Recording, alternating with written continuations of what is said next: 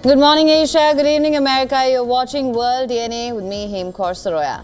And I'm Diksha Bisla, and on the show today, what was meant to be a lifeline turned into a scene of devastation. An Israeli airstrike killed 17 Palestinians, including women and children, as they waited for nutritional aid in central Gaza. Now, the human cost continues to rise. I'm going to get you all the details on that front. Stay tuned. Also on the show today, as Russian strikes continue to pound Ukrainian cities, President Zelensky says Ukraine has received the green light for renewed US military aid following what he calls constructive talks with Donald Trump. Of course, we're going to be bringing you the latest on that as well. First, a quick look at the headlines.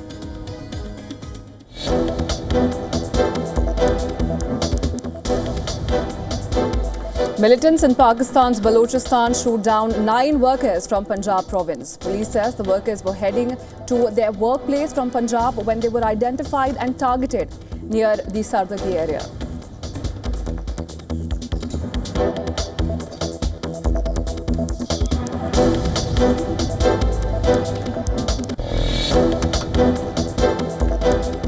Donald Trump speaks out on the status of Russia's war with Ukraine, telling NBC News, "I'm disappointed in Russia, but we'll see what happens over the next couple of weeks," says he has a major statement to make on Russia on Monday.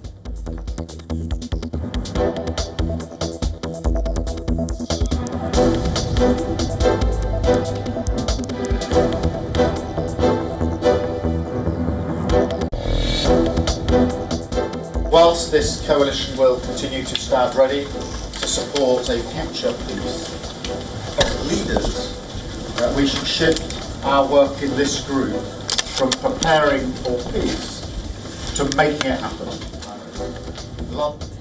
UK Prime Minister Keir Starmer and French President Emmanuel Macron call for more pressure against Moscow to secure a ceasefire in Ukraine, including fresh sanctions.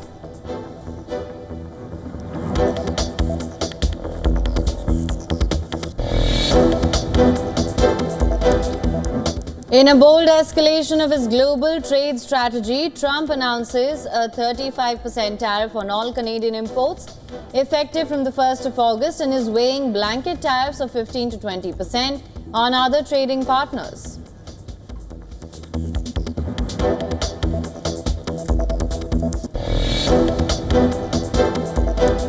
A federal judge halts President Donald Trump's order restricting birthright citizenship as opponents of the policy pursue a new legal avenue following the US Supreme Court's overturning of a previous block.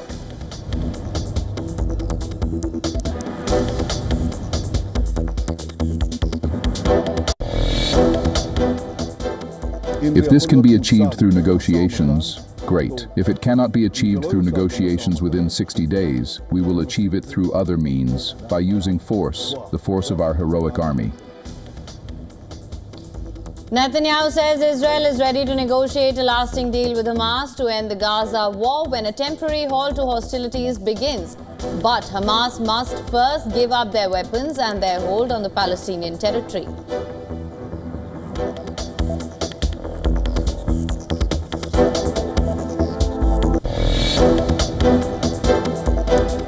Houthi leader Abdul Malik al-Houthi says no shipping company will be allowed to transport goods to or from Israel.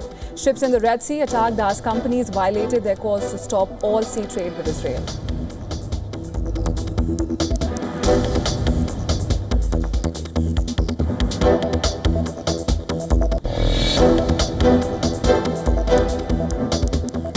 Irish rider Ben Healy won a hilly 6th stage of the Tour de France after a solo breakaway. Mathieu van der Poel took back the yellow jersey from defending champion Tadej Pogačar by 1 second.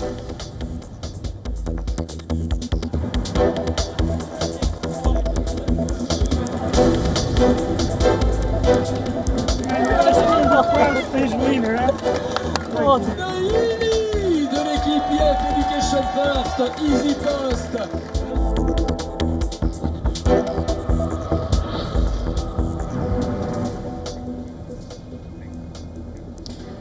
Now, Gaza Civil Defense Agency has said that at least 17 Palestinians, including 8 children and 2 women, have been killed in an Israeli strike. Now, all of this happened while they were queuing for nutritional supplements in front of a clinic in Deir al-Bala in central Gaza. Now, according to the UN Children's Agency, the dead included a 1-year-old boy whose mother said that he had spoken his first words just hours prior. The mother is critically injured. Bodies of several children and others were seen lying on the floor at Al-Aqsa Martyrs Hospital as medics treated their wounds. US-based aid group Project Hope, which runs the facility, called it a blatant violation of humanitarian law. While Israeli military said that it struck a Hamas militant in the city who had infiltrated Israel during the 2023 attack and that it regrets any harm to uninvolved individuals. At least 66 people reportedly killed in Israeli strikes on Thursday.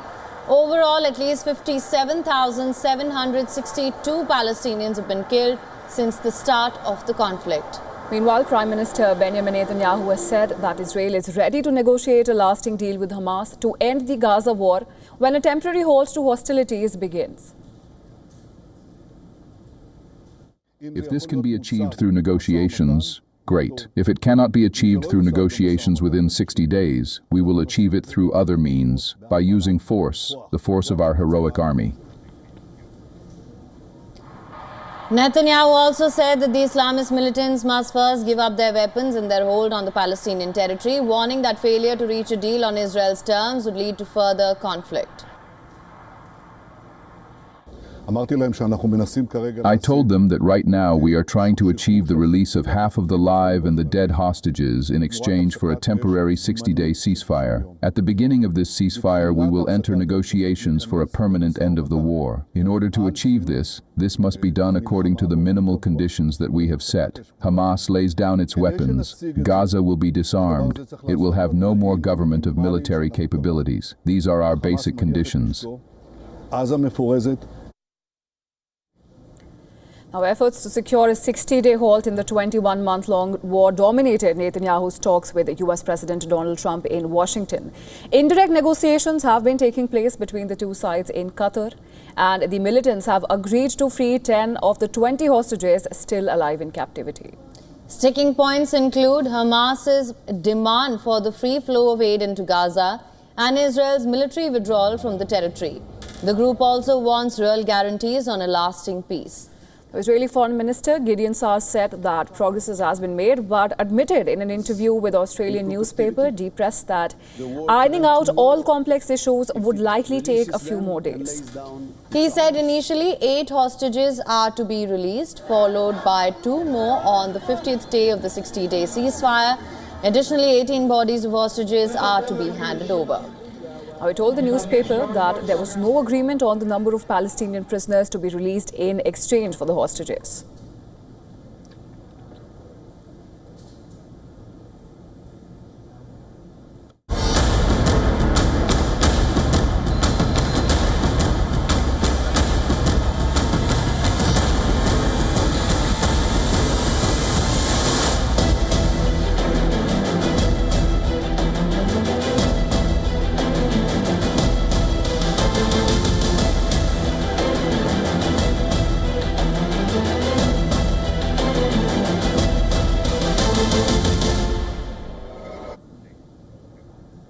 And Kiev burns again. For the second night in a row, Russian missiles and drones hammered the Ukrainian capital and western cities. At least 2 are confirmed dead, over 20 injured. Russia's latest escalation has left the US unhappy, with the American administration accusing Russia of not progressing towards peace. Our next reports get you all the details on this.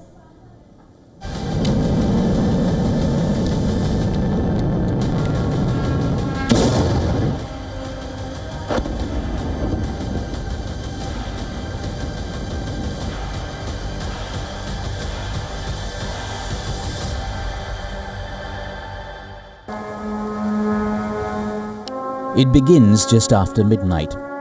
Sirens wail, skies turn red.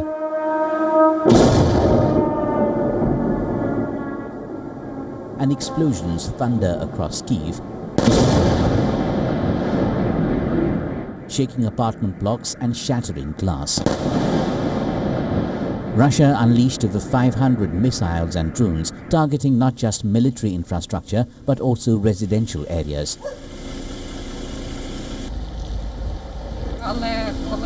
When I heard the drone's very sharp revving and the sound of it diving down, I knew it was flying towards me. I immediately jumped away from the wall and the windows, ran into the hallway, and in those seconds there was an explosion.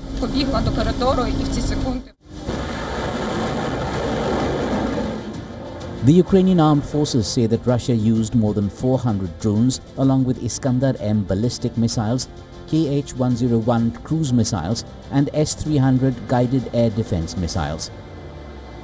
The sheer volume of these attacks overwhelmed the Ukrainian air defenses, causing death and destruction.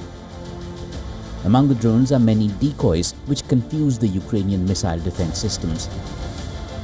This is the second consecutive night that Russia has launched such a large-scale attack, marking a dramatic escalation in its war strategy. After weeks of delay, the Trump administration has quietly resumed some weapons shipments to Ukraine, including the much-needed air defense interceptors and drone jammers, though the scale remains limited. In Rome at the Ukraine Recovery Conference, Zelensky is urging action from its allies. European leaders are discussing a fund for the war-torn nation. The path for us is clear: to continue to support Ukraine and, on the other hand, to maintain or to indeed increase the pressure on Russia, above all through sanctions. The United States recognizes that rebuilding Ukraine will be an enormous yet critical task that will have implications on the broader European region. We also recognize that the reconstruction of Ukraine goes well beyond just rebuilding the physical infrastructure of Ukraine, as it entails addressing the social and economic impacts of the war as well. In Kuala Lumpur, US Secretary of State Marco Rubio held talks with Russian counterpart Sergei Lavrov, expressing deep frustration at Moscow's intransigence and the lack of progress towards peace. Bureau Report, WION World is One.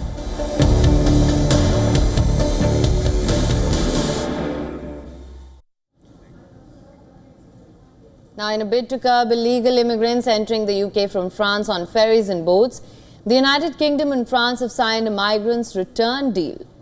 Now, this deal will ensure the detention and deportation of illegal migrants entering the United Kingdom back to France. At a press conference following the UK-France summit, British Prime Minister Keir Starmer announced that both UK and France have agreed to a migrant returns pilot, where illegal immigrants arriving on small boats will be detained and returned to France.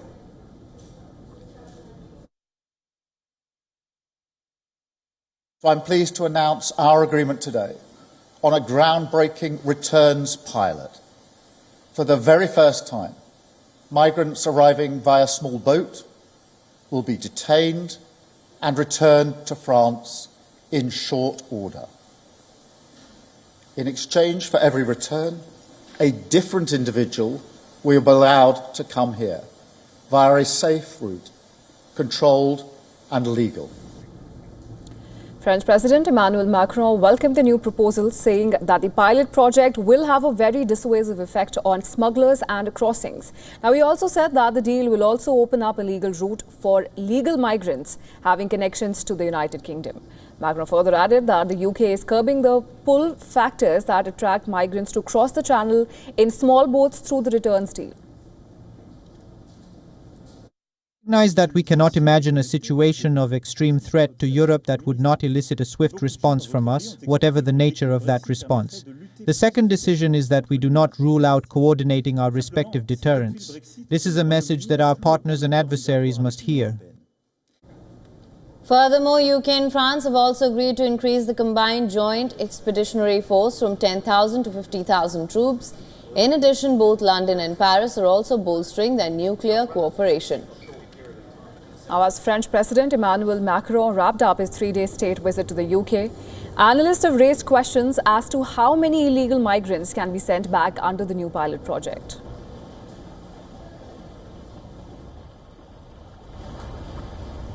The real question here is how many people can be sent back. It's a question of scale. If a large proportion of the people who arrived by small boats are sent back to France rather quickly under such a scheme, then it's very possible that there will be a deterrent effect. In other developments, British Prime Minister Keir Starmer is set to meet US President Donald Trump in Scotland later this month. According to reports, Starmer has accepted an invitation from Trump for a meeting during the latter's trip to Scotland this month. However, the date of the meeting yet to be finalized, and this meeting will mark Donald Trump's first visit to the UK as President of the United States.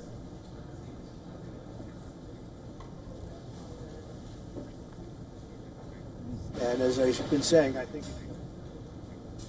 And European Commission President Ursula von der Leyen has survived a no-confidence vote in the European Parliament, marking the first such challenge to her leadership since taking office. The motion, which was primarily tabled by the far-right lawmakers, accused von der Leyen and her team of undermining trust in the European Union through alleged unlawful actions.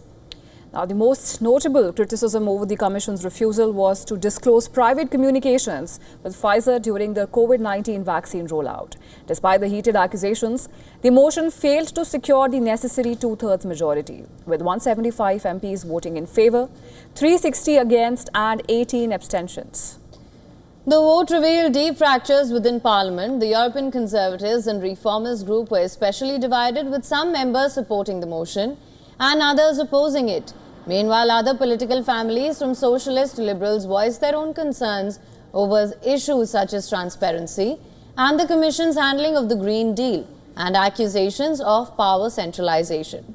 Well, von der Leyen did manage to secure crucial support from socialists and liberals by promising to preserve the European Social Fund, aimed at helping vulnerable populations in the upcoming EU long-term budget. Now, this marks the first no-confidence vote against a Commission president since 2014, when then-President Jean-Claude Juncker also survived a similar challenge.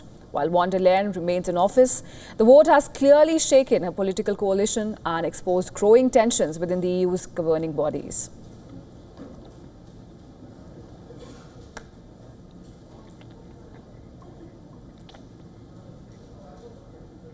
And it's day 3 of Taiwan's largest ever military exercises.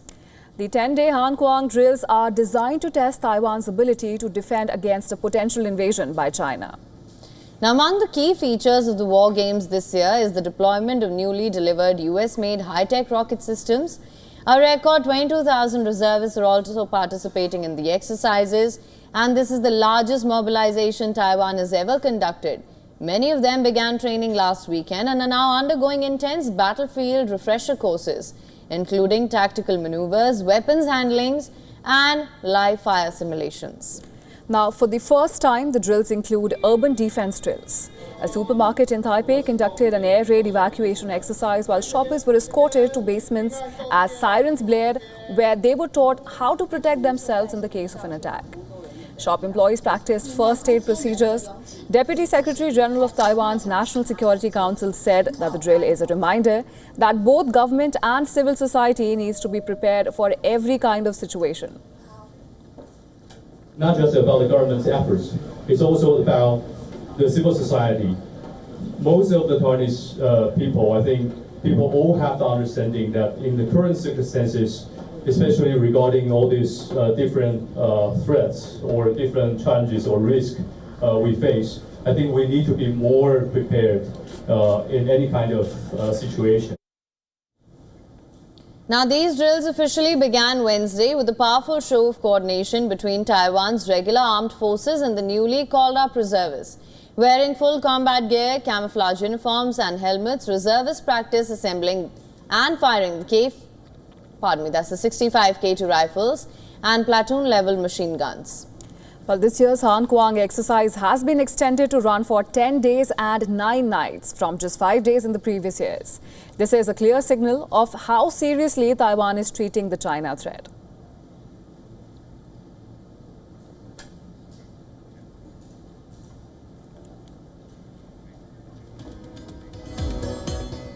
And Malaysia's most enduring political figure, Dr. Mahathir Mohamad, has become one of the world's oldest living former national leaders.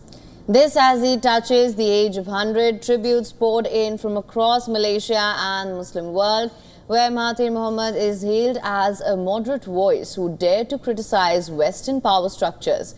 Mahathir's political influence may have diminished after his 2022 electoral defeat, but his voice remains loud in the national debate. Now let's take a quick look at some of the biggest turning points in Mahathir's long political career. In 1981, he became Prime Minister, launching an era of rapid industrial growth and strongman leadership.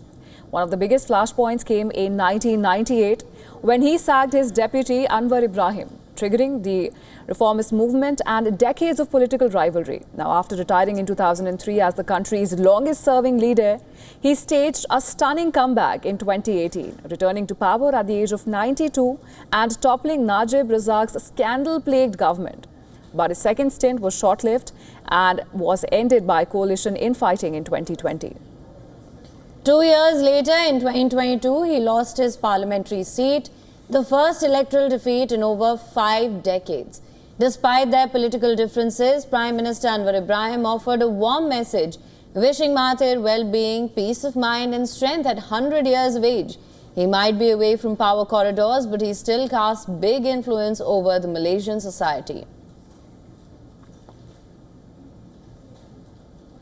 So long as I can function, I want to function. I want to behave almost as if I'm not getting old.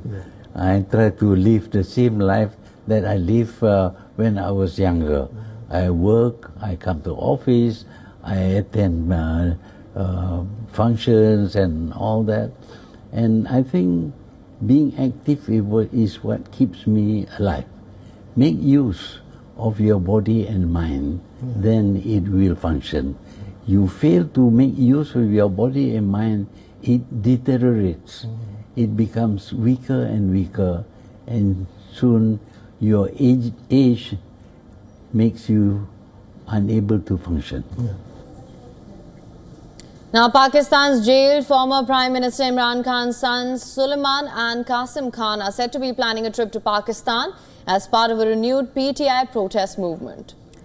But the government officials are warning that any such move will be watched closely and may come with consequences. Now, leaders of the PMLN are giving mixed signals on whether Khan's son will be allowed entry or not.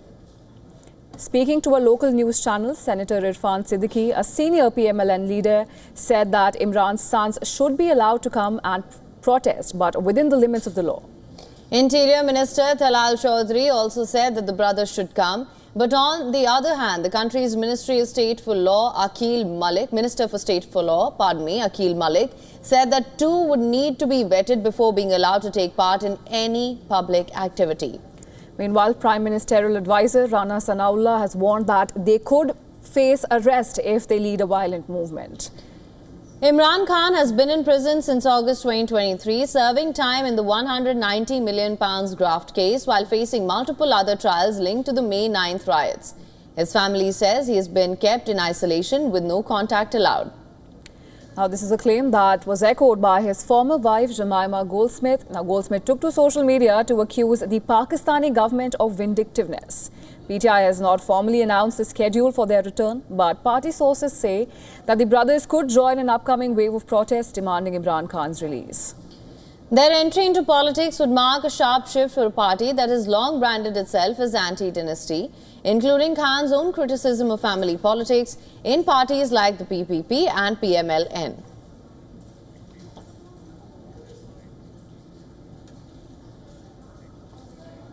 And with that, it's time now for a short break. But don't go anywhere. On the other side of World DNA, popular Indian comedian Kapil Sharma's cafe in Canada has been attacked by Khalistani groups just days after its inauguration. We're going to get you all the details on the other side of World DNA. Stay tuned.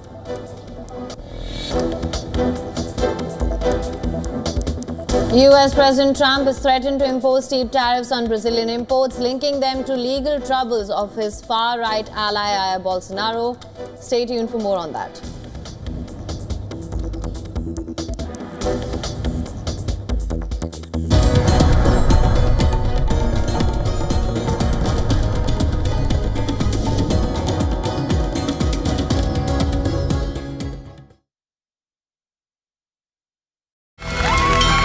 From the bustling trading floors of Wall Street to the vibrant exchanges of Asian stock markets, WION breaks it down for you to make sense of what's happening, as we reveal the key factors behind events, strategic battles, and the game-changing business decisions that shape the world.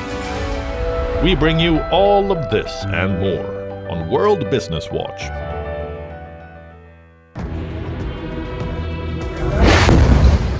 This week on West Asia Post, Israel wants to turn Gaza into a human cage. A city in ruins fenced in from all sides. A military mishap or a mastermind move? How Iran tricked Israeli missiles into hitting its own targets. And inside Iran's mass deportation drive, 500,000 Afghans forced out. Tehran calls them a security threat and accusations of espionage for Israel. Watch the West Asia Post with me, Radi Francis, only on WION, World is One. WION, India's global voice, the channel that brings you the biggest stories from across the world through India's lens. Now available in more than 190 countries worldwide, because we believe that the world is one.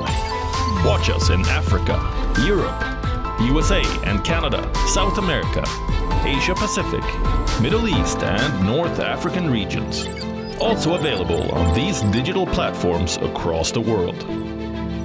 WION, World is One.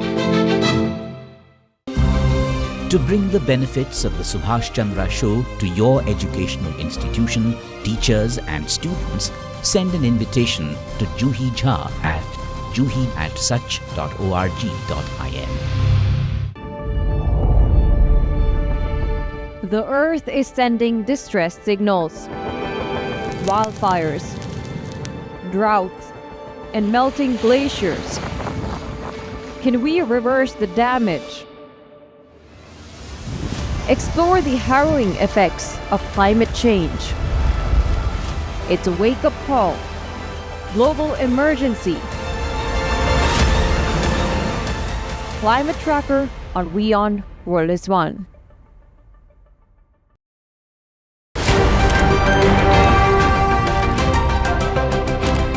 Ready to dive into your daily dose of news?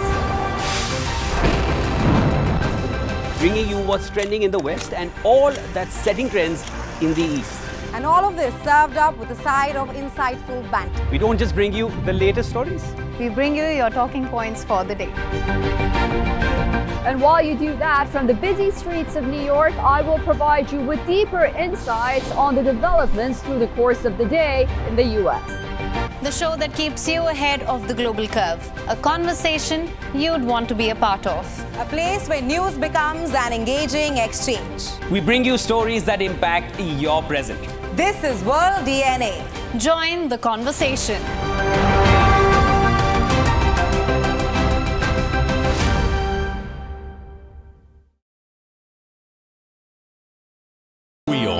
India's global voice, the channel that brings you the biggest stories from across the world through India's lens. Now available in more than 190 countries worldwide, because we believe that the world is one. Watch us in Africa, Europe, USA and Canada, South America, Asia Pacific, Middle East and North African regions. Also available on these digital platforms across the world. WION, World is One.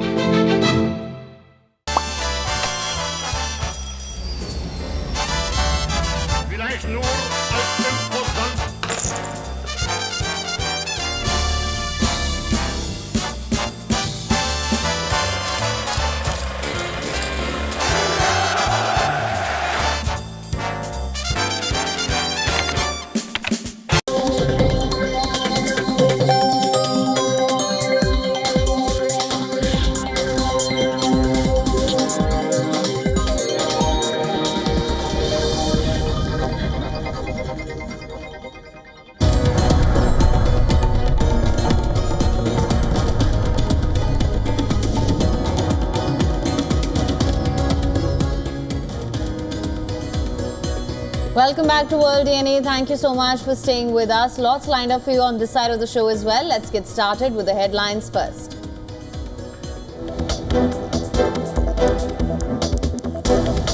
U.S. State Department warns U.S. citizens, including dual U.S.-Iranian nationals, against traveling to Iran due to the risk of kidnapping and wrongful arrest without warning or evidence of a crime.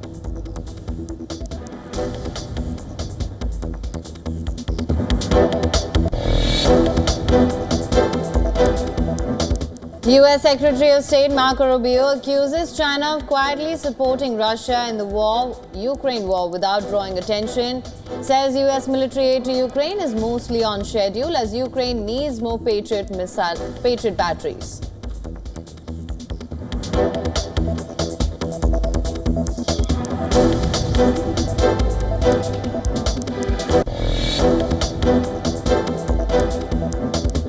Donald Trump speaks out on the status of Russia's war with Ukraine. It tells NBC News, "I'm disappointed in Russia, but we'll see what happens over the next couple of weeks." Says he has a major statement to make on Russia on Monday.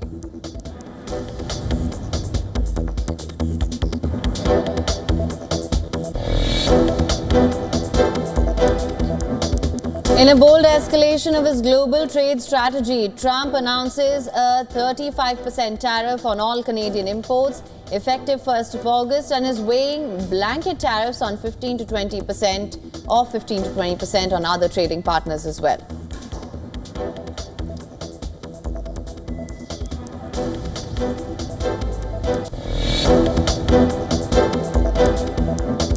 IDF says it has killed the commander of Hezbollah's artillery forces in a drone strike in southern Lebanon. Israeli military identifies target as Mohammad Jamal Murad, accusing him of launching rockets towards Israel in the past.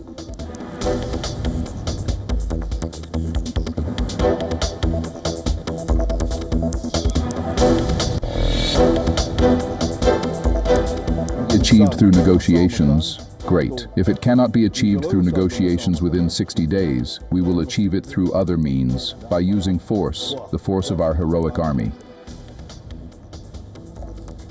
Netanyahu says Israel is ready to negotiate a lasting deal with Hamas to end the war in Gaza when a temporary halt to hostilities begins. But Hamas must first give up their weapons and their hold on the Palestinian territory.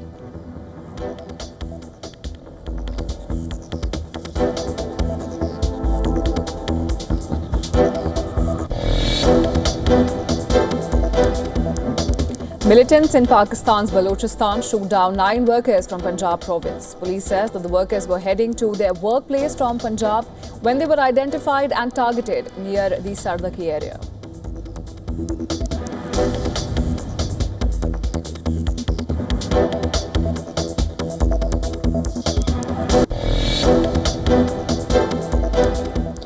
Nvidia shattered records, becoming the first company to close with a $4 trillion market value, driven by soaring demand for AI chips.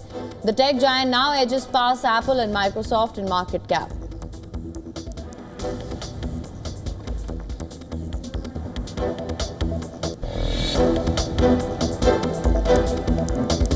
Irish rider Ben Healy won the hilly 6th stage of the Tour de France after a long solo breakaway. Matthew Van Der Poel took back the yellow jersey from defending champion Tadej Pogačar by 1 second.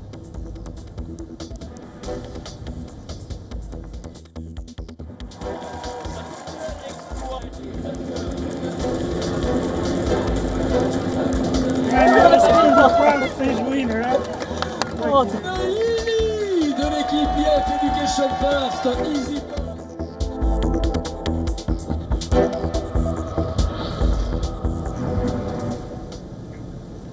India's Gujarat state witnessed a tragedy, which somehow doesn't come as too much of a shock to its people. Now, they say the collapse of the 40-year-old Gambhira Bridge collapse was a disaster in waiting. Several vehicles, including trucks, fell into the Mahisagar River yesterday after Gambhira Bridge connecting Gujarat's Vadodara and Anand districts gave way. Now, witnesses saw the chilling sight when a span of the bridge collapsed and vehicles crossing it fell into the river. They said that vehicles fell into the river, imitating a domino effect, one after the other. Rescue teams are currently tackling 3-meter mud in hopes of finding 7 more people who still remain missing. The death toll has now climbed to 18 and 2 more vehicles are believed to be submerged in the Mahisagar waters. With every passing hour, questions of administrative negligence are growing louder. Now, preliminary investigative reports submitted to Gujarat's Chief Minister has held 4 officers responsible for the incident. 1 executive engineer, 2 deputy engineers and 1 assistant engineer from the Roads and Buildings Department have been immediately relieved of their duties. Now, the police has also registered the case of accidental death in connection with the collapse. Opposition parties have mocked the Gujarat model, claiming that corruption and decay are behind the bridge collapse. The bridge was built in 1985, showing warning signs of decline. 3 years ago, officials from Gujarat's Roads and Buildings Department were alerted in a letter about unusual vibrations being felt on the Mujpur Gambhira bridge. After the alert, state government approved the construction of a new bridge. A survey was conducted and plans to build a new bridge were afoot. The Gambhira bridge was repaired and kept open to traffic, but the local residents complained that the bridge shook dangerously when vehicles crossed it. Now, the tragedy marks the 7th such incident and is only the tip of the iceberg in Gujarat's history of bridges that have fallen apart. The most chilling incident took place in 2022 when a suspension bridge built in 1887 over the Machu River in Morbi collapsed 4 days after it reopened. Over 3,000 tickets were sold on its opening day and around 350 people were on the bridge when it collapsed. At least 135 were killed. Now, days after, a criminal case was registered against Overa Group that had the operation and maintenance contract for the bridge. All 10 accused are now out on bail.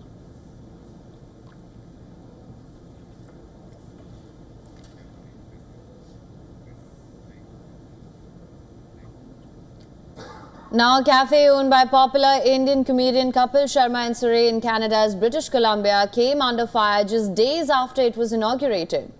Khalistani group Babbar Khalsa International has claimed responsibility for the attack. Now, Surrey police say that they were called on Thursday at 1:50 a.m. after multiple shots were fired at the cafe. Upon arrival, they quickly determined that the shots were fired towards the business, damaging the property, while staff members were still present inside.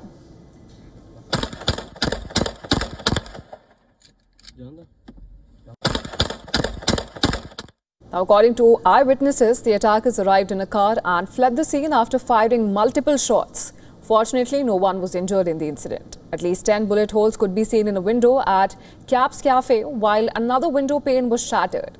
Gathering evidence and CCTV footage, the police have appealed to the public to come forward with any information. Now, they claim that they are aware of Khalistani terrorists claiming responsibility of the incident and are investigating other angles as well. The business plaza where the cafe is located now remains cordoned off to the public. The shooting has been claimed by Harjeet Singh Laddi, an alleged terrorist of the banned Khalistani outfit Babbar Khalsa International. Now, Laddi is India's most wanted man listed by the NIA. He reportedly said that the attack was carried out in anger over Kapil Sharma's remarks. Kapil Sharma is one of India's most popular comedians, best known for his long-running television comedy shows. He has over 45 million Instagram followers and he starred in many movies as well. The comedian's new outlet, the Caps Cafe, is located on the 8400 block facing the 120th Street in Surrey. It was inaugurated earlier this week. The shooting incident has heightened fears in local community, with many expressing concerns of security and safety authorities now investigating whether the fire was meant as an act of personal intimidation or part of a broader pattern of threats linked to pro-Khalistan extremists operating abroad.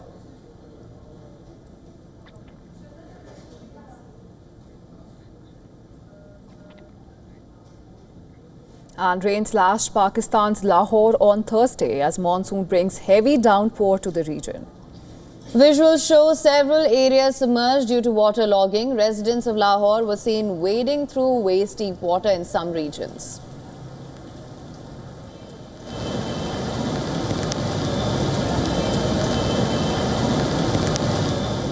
There is so much water on this road that the entire motorcycle drowned in it. I tried very hard to get out but couldn't find any way to reach it. I don't understand how this water will drain out.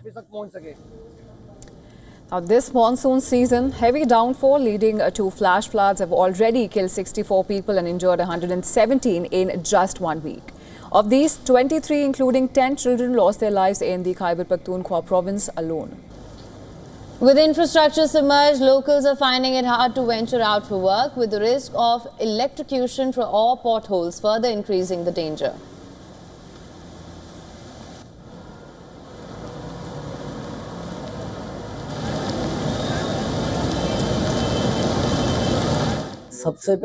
When water enters homes, first our belongings get damaged, then there is a risk of electrocution. The government should pay attention to this and find out why it's happening. The water is so high that we cannot go to the shops. Every day becomes a holiday. Pakistan's Meteorological Service has warned that the risk of heavy rain and possible flash floods remain high till July 12. In 2022, monsoon floods in Pakistan submerged 1/3 of the country, killing 1,700 people.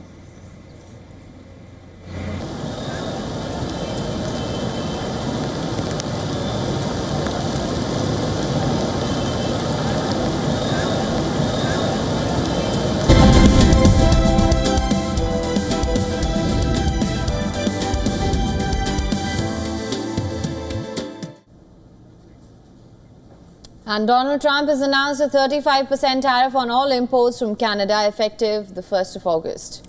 In a letter to Canadian Prime Minister Mark Carney, Trump warned that the rate could increase if Canada retaliates. The US is also planning blanket tariffs of 15 to 20% on most other trading partners. A 50% tariff has already been imposed on copper imports. Now, Trump said that countries that haven't yet received formal letters will still face new trade penalties.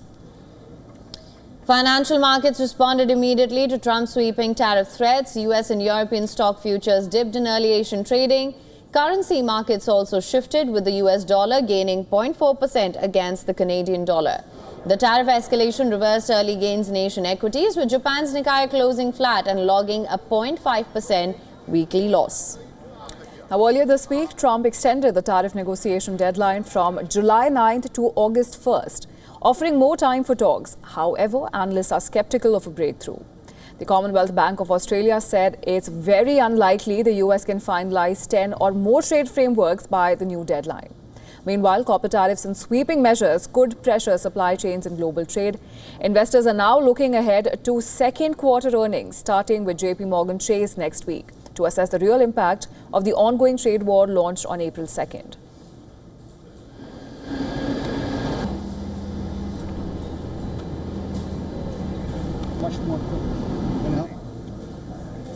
And a growing trade row between the US and Brazil is making headlines this week. And it's not just about tariffs, it's also political. Donald Trump has imposed steep tariffs on Brazilian imports, linking them to the legal troubles of his far-right ally, Jair Bolsonaro. Brazil's current president, Lula da Silva, is now caught in a high-stakes political and economic standoff that could affect prices at home. The 50% tariffs imposed by Donald Trump on Brazilian goods aren't just about trade. They're a direct response to what Trump calls a witch hunt against former Brazilian leader Jair Bolsonaro. Now, Bolsonaro, a close Trump ally, is facing charges for allegedly plotting a coup after losing Brazil's 2022 election to President Lula da Silva. But Lula has made clear Brazil's judicial system is independent and he has no power or desire to interfere in this. From a diplomatic point of view, there are various measures to be taken, and Itamaraty will take them. We can appeal to the World Trade Organization, propose international investigations, demand explanations. But the main thing is the reciprocity law, passed by Congress. And there's no doubt that first we'll try to negotiate, but if there's no negotiation, the reciprocity law will be put into practice. If he charges us 50%, we'll charge him 50%. While tariffs this steep would hurt, Brazil isn't as dependent on US trade as other countries. The US buys just 12% of Brazilian exports, worth around 1% of Brazil's GDP. Now, in contrast, China takes more than double of that. Brazil actually runs a trade deficit with the US, meaning it imports more than it exports. But American consumers could feel the pain as well. Brazil is a major source of coffee and orange juice, and prices at local grocery stores could jump if the tariffs stay in place. President Lula, facing an election next year and lagging in polls, responded defiantly, calling Trump an emperor. and promising that Brazil would not accept tutelage. Still, his government is now exploring ways to de-escalate. Analysts say that if Lula plays this right, it could fuel nationalist sentiment and even rally support. But for now, with little room for negotiation, the standoff would mean economic uncertainty and more expensive morning coffees for American households.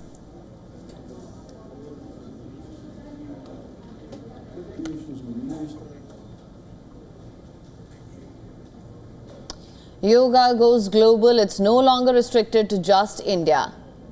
And every now and then, we see examples of yoga transcending boundaries. Something similar happened in Brazil. Take a look. Dozens of Brazilian yoga aficionados saluted the sun in unison in a Rio de Janeiro favela for the inaugural class of a free course that will allow residents of the low-income community to qualify as teachers.